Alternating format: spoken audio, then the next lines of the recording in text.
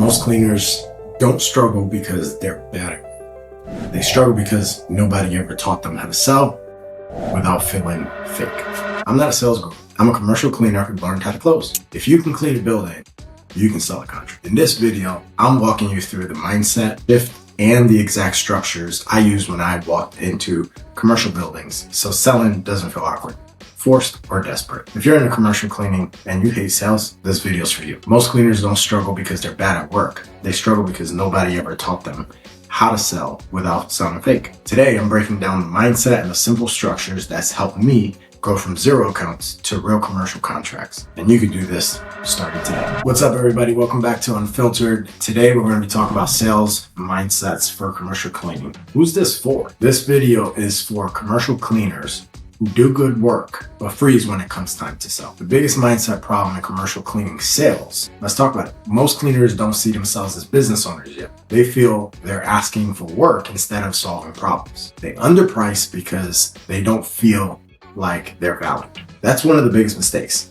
You feel like you're unvalued because you are charging for your time. If you feel we're selling, it's because you don't fully believe you deserve the contract yet. You're not selling cleaning, you're selling reliability, risk reduction, consistency, peace of mind.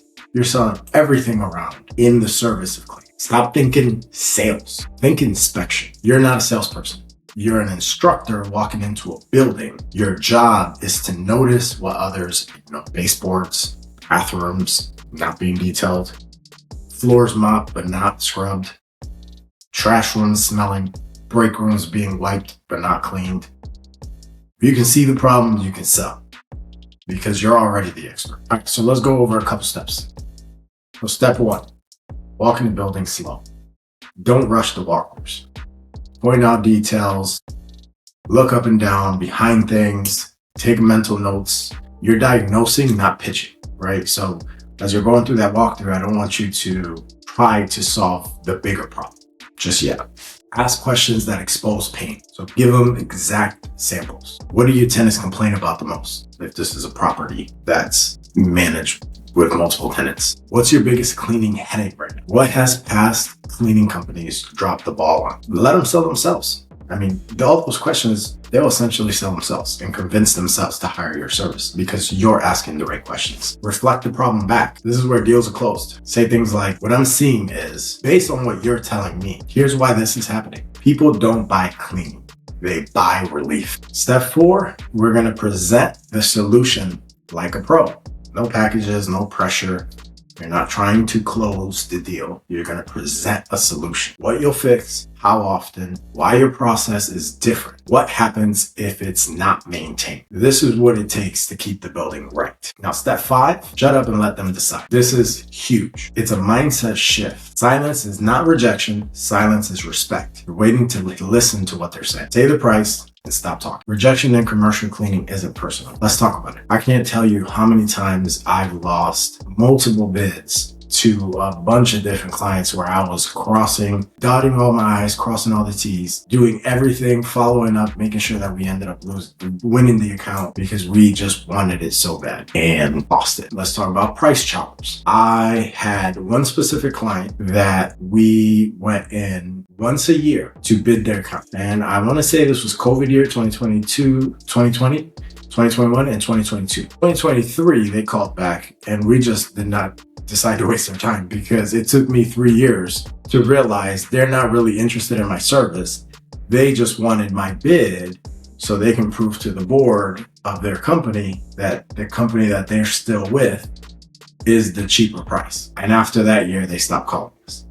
So those are the price shoppers. Property managers using you as the benchmark. This has happened a couple times to us as well. Property managers are constantly trying to save their clients money. That's their job. Year in and year out, they're fishing, they're going out trying to get other bids. And then what they do is they try to use that to lower the current cleaners, right? Where they say, hey, I got another company that said that they can do it cheaper. And then they try to negotiate and drop your price. Building's not ready to switch. Dealt with this as recent as a few months ago, where we bidded out a job a year ago. They weren't ready to make a decision. We went back again this past May and they weren't ready to make a decision yet either. That's going to happen. And those are brutal, especially the ones that they're so interested in possibly hiring you, but the higher ups are just deciding not to switch, or they've possibly been with the company so long that they don't know what else is out there. But here's the truth. A no today is often not yet. If you stay visible, creating content, creating videos, or just proof of concept of what your work is and constantly post will get you seen. Consistency is the real sales weapon. Showing up on walkthroughs prepared. What I do with the walkthroughs is I go in, I have our software open on our iPad or even on my iPhone, usually on my iPad, and I go right through step by step. Where are we? What's this location? We're here in the lobby, we're in the foyer. Are we doing floors? Are we stripping and waxing those floors on the contract? Are we doing carpets? Is it carpet cleaning? How many days a week are we doing the janitorial? So on and so forth. So all these questions are there. I'm going through all that entire process. Once the walkthrough is complete, I've asked all my questions. Then I go up and follow via email, right? So we set up the proposal, we send them a link to the proposal, and then we send them a professional email. Posting your work public. This is really, really important. Now, as you get some bigger contracts or bigger accounts, some of them may have some clause for social media where you can't use their facilities to promote publicly. We have a couple of those accounts.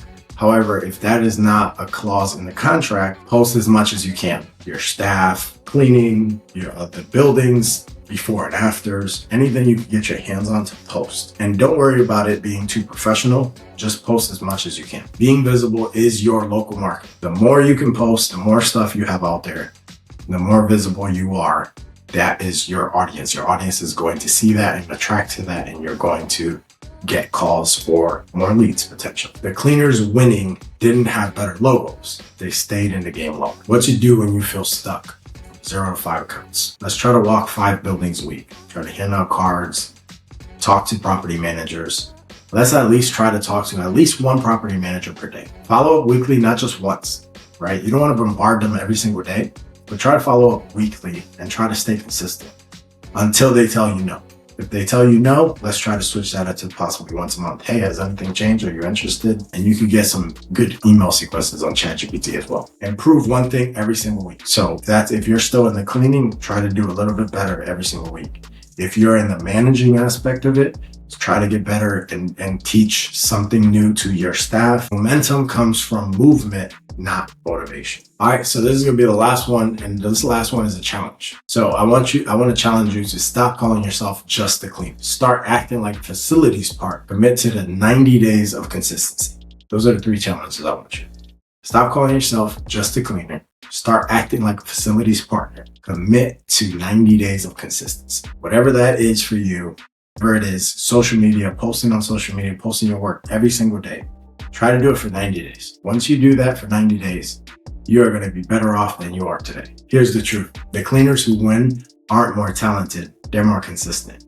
If you stop quitting on yourself, this business will eventually say yes. If this is you, hit the subscribe button, drop a comment, and commit to 90 days of showing up. I'll see you on the next one. That's a wrap for today's episode of Unfiltered with Daniel B.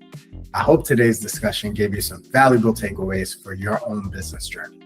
If you found this episode helpful, please share it, and don't forget to subscribe wherever you listen to your podcast so you never miss an episode. Adios.